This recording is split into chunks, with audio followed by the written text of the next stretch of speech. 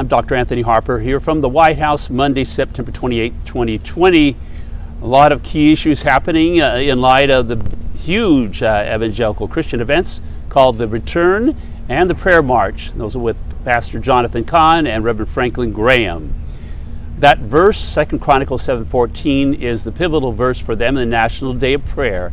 And they see the solution to America's problems in that verse, which states, "If my people, which are called by my name, will humble themselves and pray and seek my face and turn from their wicked ways, then will I hear from heaven, forgive their sins, and heal their land." And they see that as a conditional verse, that only if those conditions are met in that order prescribed by the God of Israel, and that is his answer to Solomon, who's praying for wisdom how to rule Israel.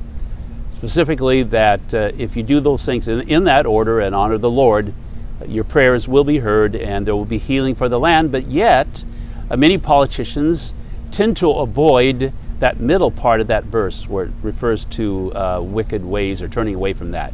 You know, President Lincoln in the middle of the Civil War boldly talked about in his proclamation on humiliation and fasting about that reality of sin and turning from our national sins. So you can read President Lincoln's proclamation at the top of our website, imcnews.org. That's InterMountain Christian News. You can see President Lincoln's picture. And this is what I have noticed of a lot of politicians, that reluctance to quoting that verse in its entirety. And so that is a conditional a verse that evangelical Christians see, that if people do those things in that order, they humble themselves, they seek his face, they turn from their wicked ways, and then he will hear from heaven their prayers and forgive their sins and heal their land.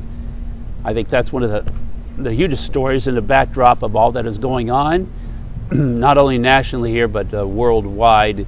Check out the return.org website, and also the Prayer March 2020 with Franklin Graham.